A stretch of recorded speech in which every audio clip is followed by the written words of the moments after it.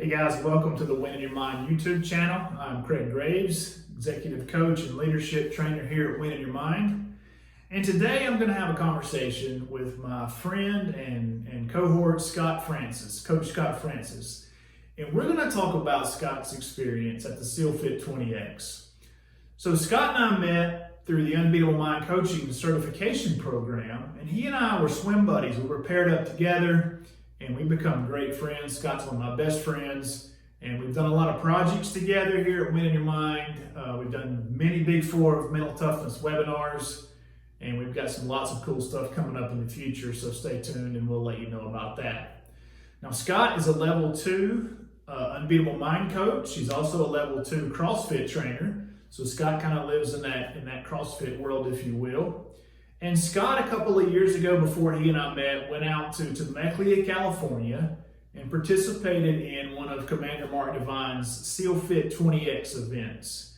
Now, if you've never heard of SEALFit, Commander Mark Devine is a retired Navy SEAL, and he has these events out there. They're physical events.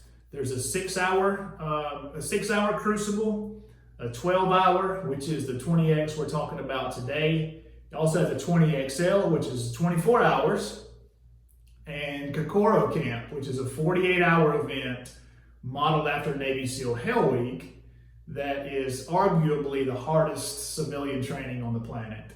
So today I'm going to ask Scott some questions about doing the event, his training leading up to it, the event itself, and then how that experience for him played out in other areas of his life, including his professional and also his family life. So let's get to it. I'm gonna bring Scott on, and then I'll see you on the other side. All right, so here I am, guys, with Scott Francis. Scott is, like I said, one of the Win in Your Mind coaches. Scott and I were swim buddies in the Unbeatable Mind coaching certification program that we both went through.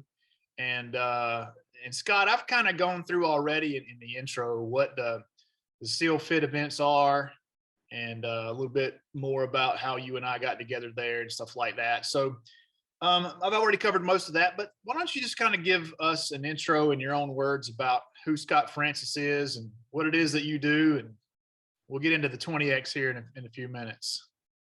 Sure. So Scott Francis, I'm an Unbeatable Mind coach. I also have a background of coaching CrossFit. So, pulling from the analogies of physical workouts and the ways that we can find our patterns for growth in the mental, emotional, intuition, et cetera, domains. I come from that physical training background, so it's been helpful for me reframing within Unbeatable Mind. I worked for 15 years as a public service professional, so doing law enforcement, search and rescue with the National Park Service. I got to operate in some fairly challenging physical environments there, and then transitioned away from that at the same time as I was readdressing the role that I played in my family. And so making those emotional connections and really reframing how I approached my family as more of a team dynamic, and stepping up my level of responsibility there. Cool. So you mentioned National Park Service. So where were you in the system? Yeah, so I worked in a couple of big Western parks, Yosemite National Park in California, up in the mountains there, for 7 years, and 7 years in Grand Canyon. Did a little bit of time at Lake Mead as well, outside of Las Vegas. Awesome. Sounds like a great place to have to work. Tell us about your family, man. I know you're married and have some kids, right? Yep. So I've been married for 11 years and have 2 kids, 5 and 7 years old. And yeah, they definitely have helped me face down some of the emotional development. They're little challenges running around all the time, and so they're constantly offering me the opportunity to step up my game, and really reframe how I'm viewing the world and how I view my relationships. Awesome. That's good stuff. So tell us how you found out about SEALFit, Unbeatable Mind. How did you come into contact with this? Yeah, so I was working in Grand Canyon, which is very search and rescue heavy park. They get about 1,200 calls for assistance every year, and have varying degrees of response to that. So I was really interested in team dynamics and interested in optimizing communication for high functioning teams in all risk environments. At the same time, I'm also a CrossFit coach on my days off, and one of my clients signed up for a SEALFit event and wanted my help training her to get ready for that event. So I had to figure out what it was. So I was helping her train for that, and started reading Way of the SEAL. So Way of the SEAL has a great outline for how to improve the functioning of your teams. And so that piqued my interest and got my curiosity focused in how can I leverage all this cool SEALFit stuff and help my work teams at the same time. Awesome. Awesome. So what appealed to you as you found out more about these events and read that book? What made you want to go participate in one of these events? Well, I have enough competitive spirit that if somebody says, hey, this is really difficult, part of me is like, well, I wonder if I could do it, right? And so the fact that SEALFit's Crucible events were modeled after Navy SEAL Hell Week and some of the training that takes place within that, knowing a little bit about how SEALs were trained and how rigorous their training was, that got my attention right away, right? So I wanted to see, can I do these physical challenges? But at the same time, the more I read into Way of the SEAL and the more I looked at the SEALFit videos describing how the physical challenges aren't purely physical, right? You have to bring a certain amount of mental toughness into those physical challenges. You have to bring a certain amount of emotional resilience into how you approach those challenges. That really got me interested in it. So ultimately, I signed up for one of the Crucible events. It was an overnight 12-hour Crucible event. And the deciding point for me was the fact that I was in a very high stress work environment, not from the point of view of having to go out and accomplish missions, but the team was not functioning well. So this was at a different park that it just had interpersonal problems and communication problems and team alignment problems that were making it very difficult for me to feel like we were doing a good job at work. So I wanted to be insulating myself with as much emotional resilience and mental toughness as I could.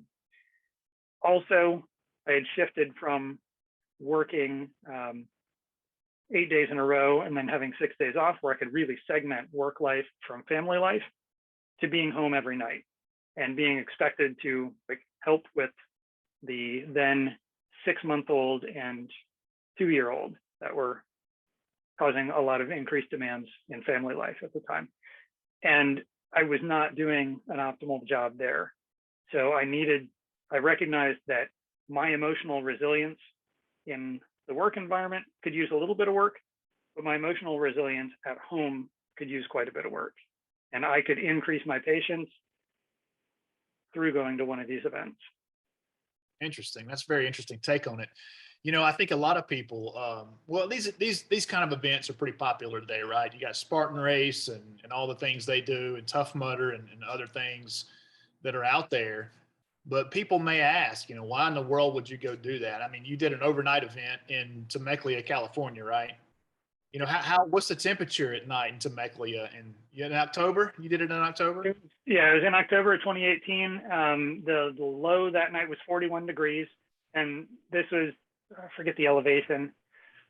I'll have to look up the elevation for Temecula, but it's dry enough there that it cools off and you get a lot of evaporative cooling when you come out of an ice bath at say 4 a.m.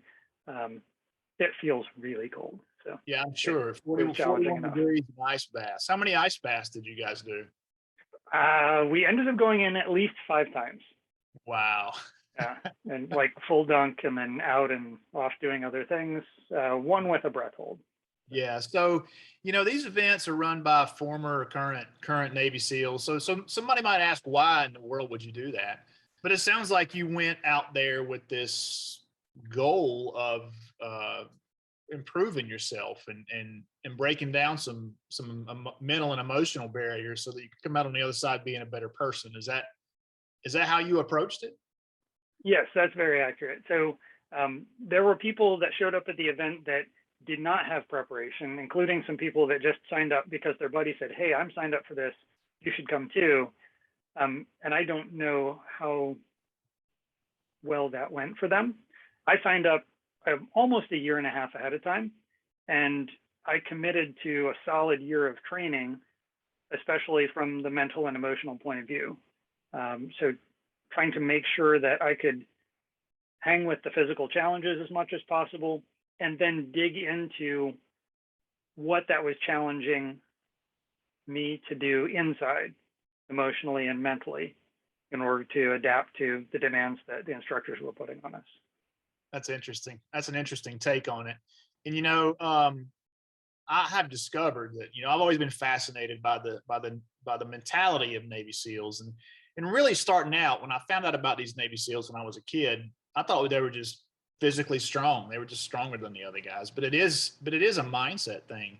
So you going into it with that mindset of I'm going to grow from this, I'm going to get better really at life, probably gives you a better shot at finishing than going in with just the attitude of, hey, I want to see how tough I am, right? Yes, absolutely. So just that subtle shift of changing this from like, here's a test, can I accomplish this, to here's my opportunity to learn and grow from this set of challenges that's compacted into one really brutal night. I think that made a big difference for me. Definitely, it was important for me to get clear about my why. So what's my reason for doing this specific event? And how does that build me into a better person? How does that relate to my why for being here? Right.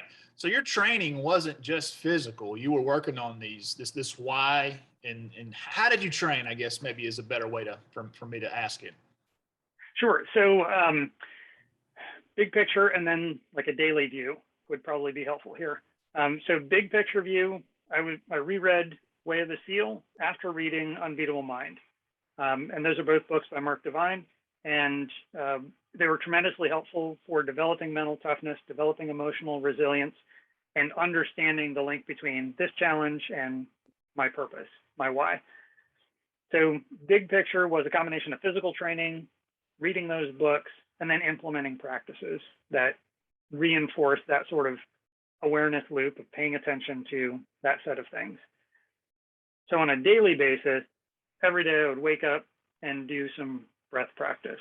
And that gave me the opportunity to narrow my focus and make sure that I was thinking in a way that was helpful for me accomplishing my tasks that day. At the end of the night, I would do some journaling, and I would do some foam rolling and stretching, and a short yoga routine that helped me recover from all the physical training that I do in the middle of the day. But yeah, it was that combination of like mental focus and awareness in the morning, and then physical training. And so I did a variety of things to prepare, played with sandbags a lot, did a lot of running, did a lot of rucking, so carrying a heavy weight in a backpack, but also, some barbell strength stuff, some interval work, sled drags, strongman stuff. And then at the other end of the day, journaling about it. So what lessons did I learn today? Did I stay on target for the really important tasks that I identified in the morning? How did that go? If it didn't go well, why didn't it go well? What am I aware of internally that I can use as a learning opportunity to set myself up for success tomorrow? Interesting stuff. So as you train for this event, I talked to another guy who's completed the 20X, and I'm signed up for one, but it keeps getting pushed because of this pandemic that we're in. But he told me that it wasn't so much about the event, but it was about what he became while training for the event. So as you're training for this thing, as you're doing this daily breathing and journaling and stretching and recapitulations, how did you experience change leading up to it, and how did you see that? Yes. So maybe the best example is the breath practice. So just paying attention to my breathing and breathing in a patterned format every day let me control one of the basic drivers of my physiology. So doing that breath control work, that patterned breathing, gave me the ability to control my stress response. So that shows up at a physical level. At the time, I was working in a heavy law enforcement area for my job. And so I was facing potential threats on a daily basis. And I found that I had sharper mental focus from practicing that breathing pattern. It gave me more control over my physiological threat response. That freed up room in my mind. Instead of being stressed and worried and trying to figure out the nature of the stress and the worry, it let me focus in more narrowly on what's this situation? Okay, here's the most likely threat scenario or the worst case threat scenario. Let me focus my thinking about that. Okay, I've got a plan for it. Move on to the next thing. At the same time, that internal awareness that happens when you're doing practice breathing let me pay more attention to emotions. So I would come home from work dealing with a bunch of threats during the day and then encounter the objectively much lower threat environment of, say, a 1-year-old and a 3-year-old that are both screaming at the same time and driving their mother crazy. Like, okay, how do I address this situation? So in one sense, it's shifting gears, but in the other sense, it's the same level of internal awareness. Like, okay, what's the situation? What's the thing that I can do to make this situation less stressful right now? Okay, do that. See how it works. Didn't work? Okay, try something new. Okay, did that work? Yes. All right, what's the next most important thing to do? And so it really let me bring my better self into my work situations, into my family life. And by the time I got to the event, that had been patterned to the point where, okay, the instructors throw this insane, grueling physical challenge at you. And then halfway through, they change the rules. Like, okay, that's no worse than, changing a diaper on a 1-year-old while engaging the 3-year-old in conversation and, simultaneously answering my wife's question. There's just going to be unexpected stuff that gets thrown at you. Yeah. Once you internally can deal with it, it's like, all right, here's what's important. Here's what I'm going to do. On to the next thing. Got it. So the concepts you're talking about are pretty much the same. So the breathing kind of calmed you. It sounds to me like you were able to step back maybe. And when you're talking, I'm hearing the OODA Loop, right? Observing, orienting, deciding, and acting. And that's transparent between work and family life. It's the same thing, right? And I get to be a big nerd about decision making under stress and some of the neurobiology under there, but like it's very analogous. Your brain and nervous system doesn't really care whether the stress is coming from physical workout situation or mental, like work deadlines, or emotional, like screaming infants and toddlers.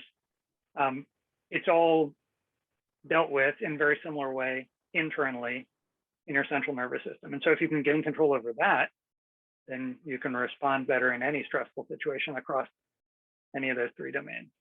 That's awesome, man. Because the goal is to be better in general, right? Not just in one specific area.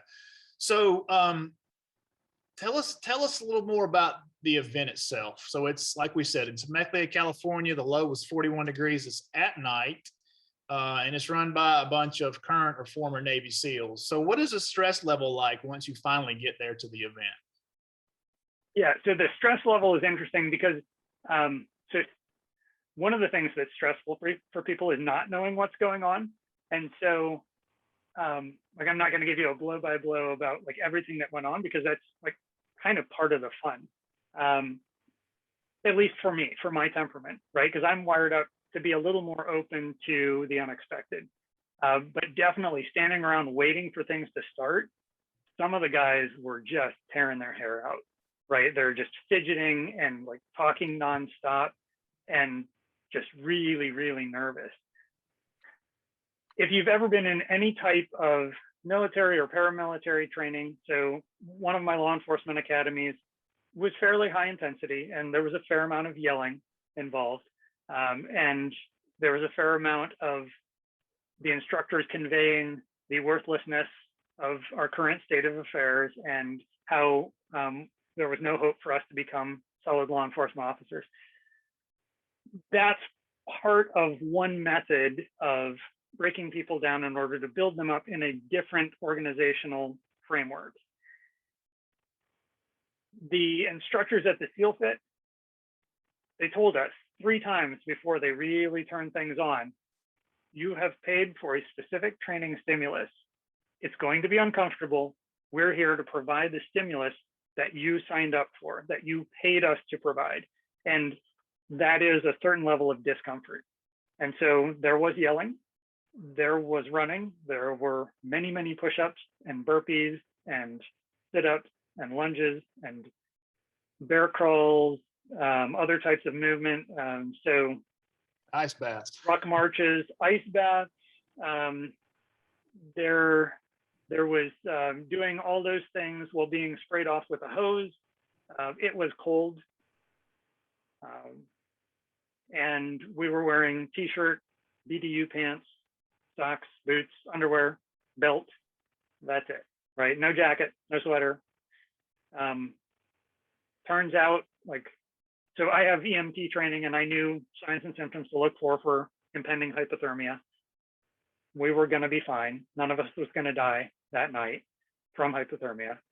So it was a measure of how far can you be pushed into your discomfort zone, right? Beyond your comfort zone, you have the potential for greater and greater growth before at some point it drops off and you get diminishing returns and you just feel overwhelmed and crushed.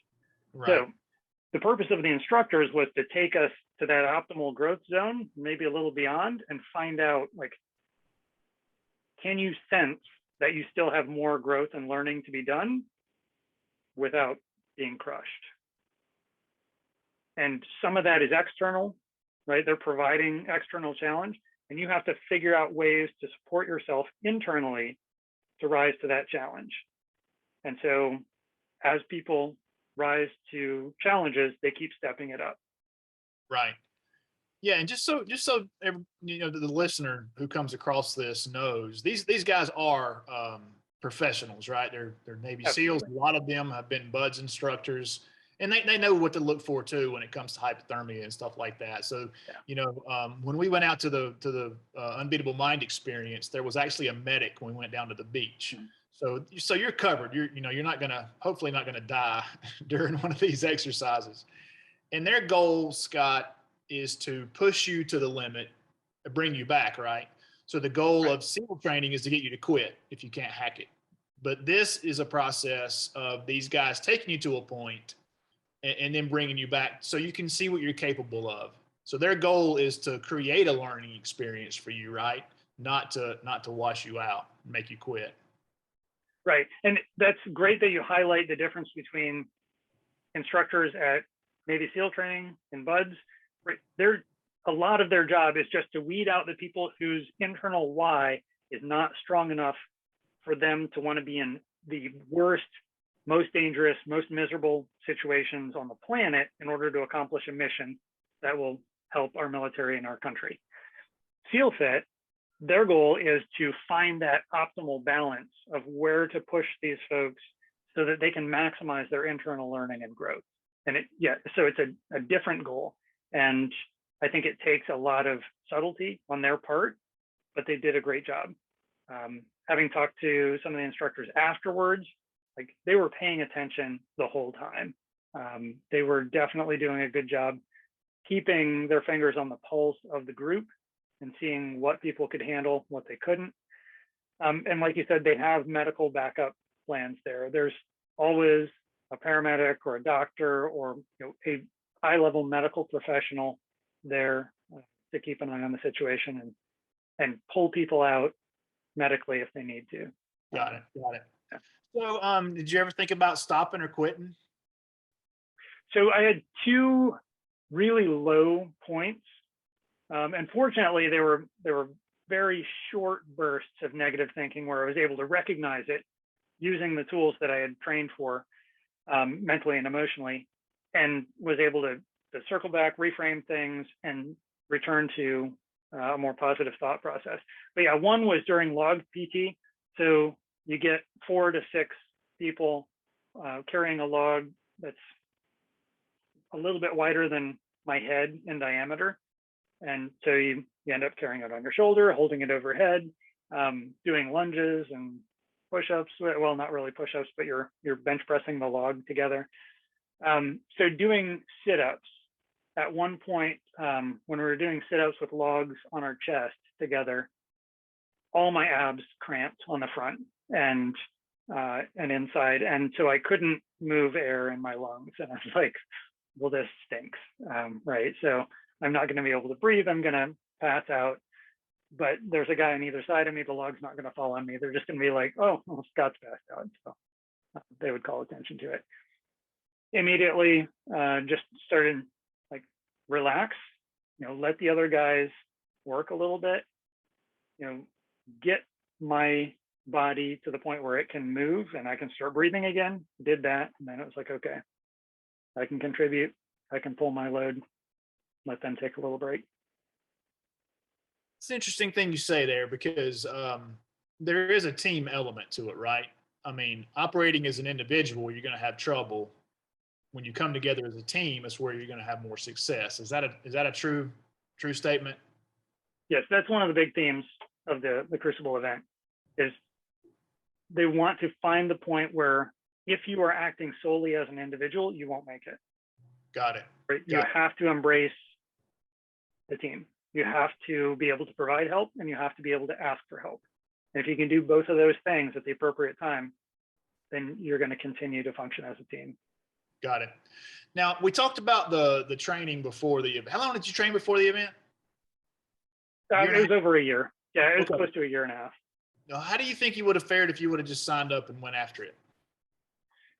Well, so the first guy to leave left 17 minutes into the 12 hours. Wow. Right.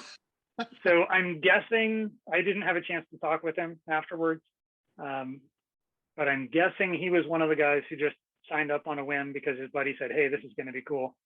And he didn't really do much research. Got it. Yeah. So now that you got through the event, you spent this year training, year and a half training, you got through the event. What did you take away from it on the backside? Yeah. So, boy, my brain was just buzzing with information after the event. And fortunately, I had a long car ride, and I used the voice notes function on my phone and just did a brain dump, right? And went back through and I looked at some of those lessons that I learned. A couple of the big ones were like, pain is not linear. Our brain loves linear patterns. Like, it gets 2 data points and it's like, oh yeah, this will continue indefinitely forever at this rate. And that's definitely not true of physical discomfort. So it'll go up and down in waves. And so if you can just hang on for a little bit longer, the subjective feeling of discomfort will wane a little bit, and then you can get back to doing productive work. So that was a big lesson that I learned. Another was the importance of keeping an end state in mind, right? And so beforehand, as I was training, I was imagining myself, being yelled at and doing burpees, being drenched in cold water. And so I would simulate that with buckets of cold water, doing workouts late at night, and make it as realistic as I could. And then I flipped the script when I was there at the event, and knowing that I wanted to take a better version of myself home to my work and my family life, I was imagining, for example, when I was doing a lot of burpees in the cold mud, I was imagining, okay, how is this situation, this discomfort, similar to the screaming infant plus toddler dynamic at home? Like, I can be patient and just do the work that needs to be done in that situation, just like I am now doing burpees in cold mud. And so that visualization piece, linking my ability to handle discomfort in different domains of my life, that got strengthened. And so that was an important thing that I was like, okay, well, it obviously got better, so I can continue to get better at it. I can continue practicing this after I get home from the event. That's awesome. So you experienced growth on a personal and professional level, training up to it. Then you went through it, and I'm assuming it supercharges it on the other side of that. So you really could put it together. Then is that a fair statement? Yes, and so the event, like as much as I trained for it ahead of time, there's only so much discomfort that I can put myself through, right? But if I hand the keys over to somebody else and say, Craig, I want you to make me as uncomfortable as possible, like you're going to be able to step it up a notch above what I can do to myself. If for no other reason than because I don't know what direction you're going to take, right? So that level of uncertainty makes things more difficult for me. So yeah, the training ahead of time was valuable. The event itself really solidified the lessons that I had been learning up to that point and provided, I guess, just some insight, some higher emotional flavor to those lessons. And then I got to unpack those over the next really couple of years afterwards. Yeah, I remember when you and I met and talked about this, you were still processing some of the lessons you had learned there. Speaking of lessons learned, you got a hashtag on Instagram, right? Yes. So hashtag SEALFit 20X lessons learned. The big hashtag. But yeah, SEALFIT 20X LESSONSLEARNED. Yeah, and I'll put that in the description of the video too, so people can get to that easily. Cool. So that's where you shared some of the lessons that you were learning during the process of training and whatnot for that. Scott, there are different levels of the SEALFit events from 6 to 48 hours. What made you choose the 12-hour? So at the time there was no 6-hour option. So that's why I signed up for 12. Would you have 6 if it would have been available at the time? That's a good question. I'm not sure. So thinking about other things I've done. So I had been on search and rescue missions where it was long hike, lots of physical activity, then another long hike to get back from it, often helping carry somebody in a stretcher. And those had occasionally lasted 6 hours or more. So I probably would have signed up for the 12-hour one anyway. Gotcha. Okay. What's next for you? You're gonna shoot for the 24 or Kokoro camp 48? Yeah, I think one of those is in my future. That's awesome, man. That's awesome. Well, dude, I really appreciate you spending some time and answering some questions today. Is there any closing comments or final thoughts you have that you wanna add? I think the only thing I'd want to add is just that you can get more from life by expecting a little bit more of yourself.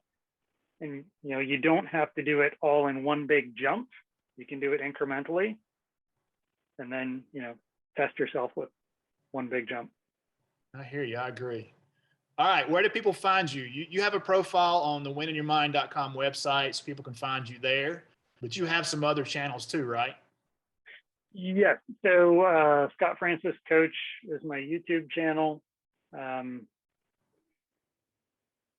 dabble in other social media. Instagram, coaching.nerd is my Instagram handle. And that's geared a little bit more towards the physical side of the house. But it often has some ways to take advantage of mental or emotional aspects and increase your physical training. So those are probably the two best areas to find me. Cool deal. All right, man. Well, I really appreciate it. And I'm sure that you and I'll be talking again real soon. And thank you. All right. Thanks for asking me about it. All right, man. Have a good day, buddy. All right, guys. Hope you enjoyed that conversation with Scott about the SEALFit 20X. I just kind of wanted to reiterate a couple things, point a couple things out about the conversation. You know, if you notice in the beginning, Scott talked about how he looked at it like a physical challenge. How could he, could he do this hard thing? And then he kind of changed his perception. He changed his mindset as he read some of that content in The Way of the SEAL, and realized that this was a great opportunity for him to grow in really a lot of different areas in his life. And as he trained for the SEALFit event, it started to show up in his professional and personal life as well. And that's our goal, right? Is to get better at life. And doing these hard kind of things with that kind of mindset allows us to break down some of those barriers so that we can live our best life. Now, for me, I'm scheduled to do this event at some point. I signed up for it, and I've had to postpone it now. I think 3 times because of the pandemic. But I'm planning on going out there, hopefully in the spring or summer of next year of 2022, and getting this thing done. Pushing our limits, we do that personally here as we train our own selves. We also coach our clients to do the same. It's what we call trying to find your 20x factor. So the concept there is you're capable of doing 20 times more than you think you are. And as we do these hard things, we begin to realize that. Now, I haven't done the SEALFit event yet, but I have done the Spartan races. And the hardest one I've done to date is the one in Asheville, North Carolina. And I remember having one of those moments. I walked off of the course and I thought, wow, if you did that, what else are you capable of doing? Not only in a physical context, but what can I do in business? How can I be better in my relationships? So that's how we want to look at these things that push us to our limits, not only on our physical level, but also in other areas of life. If you have questions about any of this, if you'd like to contact me or Scott, you can find our information on the wininyourmind.com website. If you go to the coaches link, you'll find us both there. I'm also going to include a link in the video to sign up for these events. If you'd like to participate in one of these events, I'm going to do mine in the spring or summer of next year. I'd love to have you join me. So feel free to click on the link and sign up. Just to be transparent, if you do use our link, we do get a little kickback from Unbeatable for that. But these are great events that we have either participated in or are going to participate in, and we recommend these things to our clients. So click the link, get yourself signed up. If you have questions, let me or Scott know, and I'll see you again real soon.